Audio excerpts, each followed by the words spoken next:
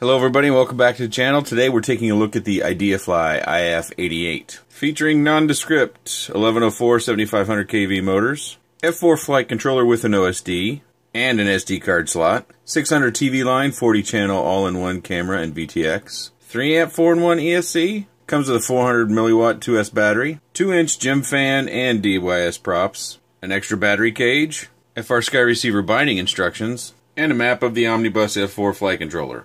It comes with a JST and blue LEDs.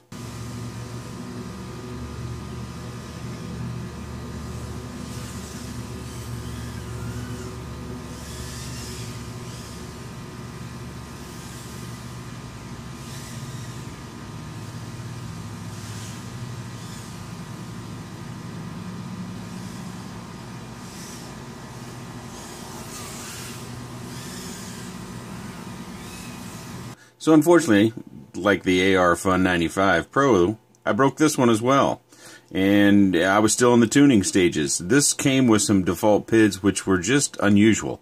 I couldn't figure out how they would fly very well, so right out of the box I changed those to something that might be more usable. Was in my 5th or 6th tuning flight and started coming around, but I still had on hard punches where I'd get a lot of blurriness in my camera, and that bothered me quite a bit. I think I needed more eye on pitch because I think it was coming from the front end and the back end kind of vibrating back and forth.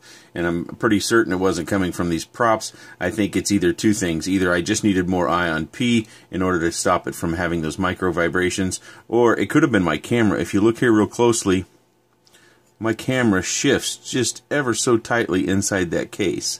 And the next thing I was going to do after the flight that you will see, which is still a tuning flight, but I'll show it to you anyways, is I was going to put some hot glue around the camera lens and up here at the top where the PCB, let me get a pointer, where the PCB comes real close to the case. I wanted to put some hot glue in there and see if I can get rid of it.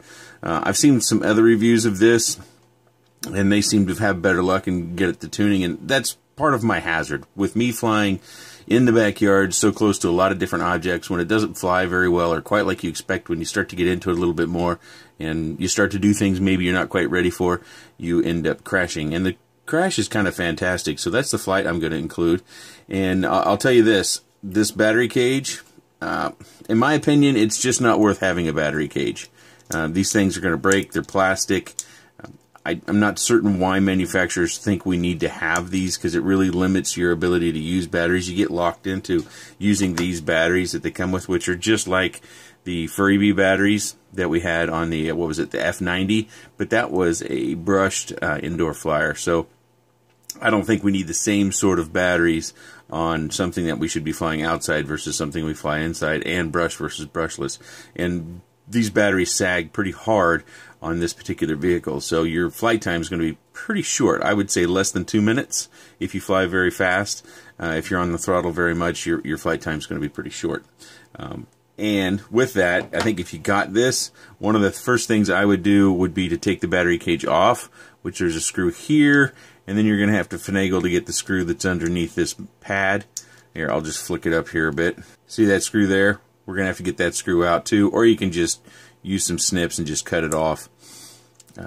But then I would take a rubber band and I would fish it underneath here and then secure everything back down on both sides. Then you can use a rubber band, or you could even try to fish a strap. Maybe if you have a real thin strap, you might be able to fish it through the back end and the front end, possibly. Or you could just make holes in your strap and run them straight across through. That's up to you. And they included a nice receiver. I was pretty impressed with this. This is the FrSky XM receiver, and the bind button, it was a little bit fussy to get to. Let me see if I can show this to you. Mine's kind of hidden here a bit.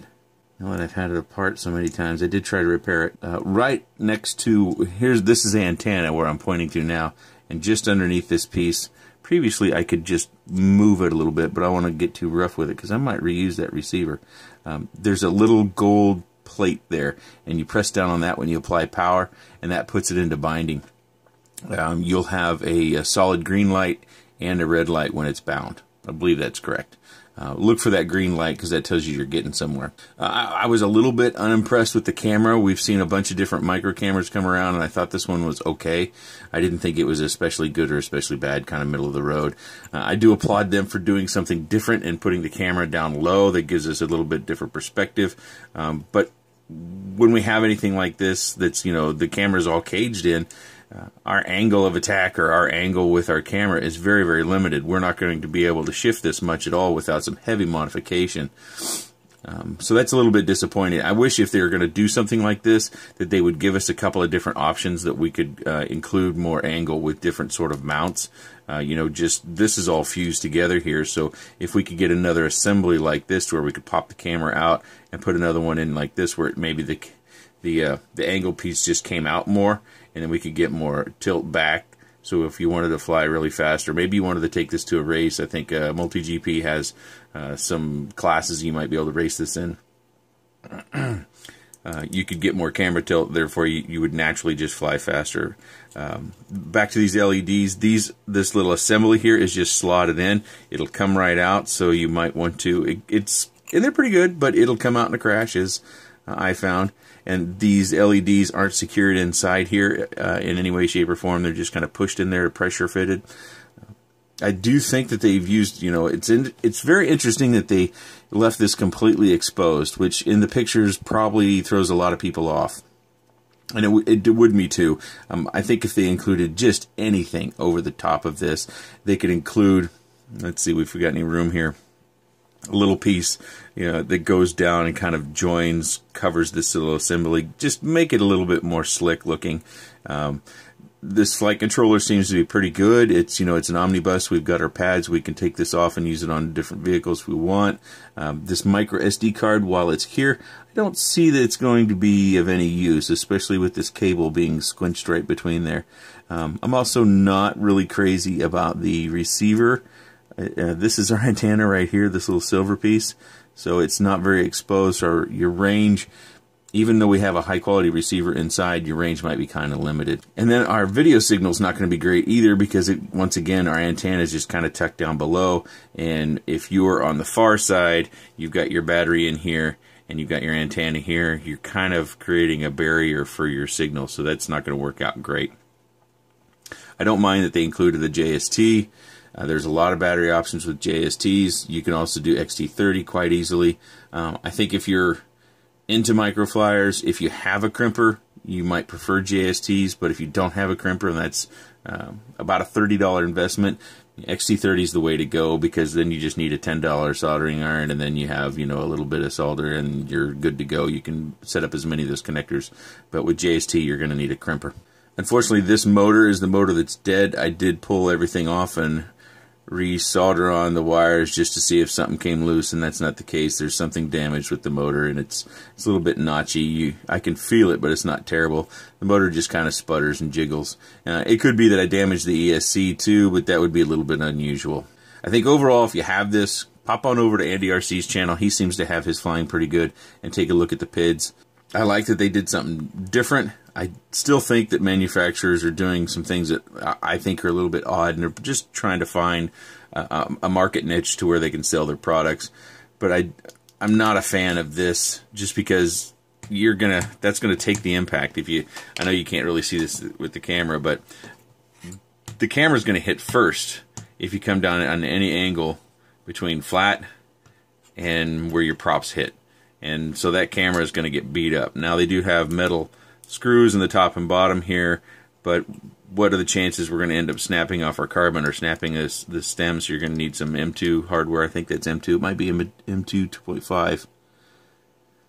But I think long term, if you fly this thing around much, this is going to get damaged, and then you're going to be mounting this up on top, because that's really about the only alternative you've got if you damage this. I don't believe this part or assembly is available separately. I find it also curious that they included some good props and some not so good props. I have seen a couple of videos where a vehicle with these props is flying pretty well. I can't account for it because I've only played with these to a certain degree, and they seem to work okay. Like, I put them on my Hoverbot and it worked just fine, but I've had them on a number of other vehicles where it didn't work out well. I think this introduces vibrations, and you're going to have to do a lot more with your filtering on your flight controller, and also making sure your PIDs are just spot on. And if they get bent up or damaged in any way, you probably have to swap out the prop. While we do have another battery cage, I just don't think that's a good option. I would rather be able to fly a bunch of different batteries than be stuck using something that is this exact size. I have no other batteries. Of all the batteries I have no other batteries that will fit precisely in that cage.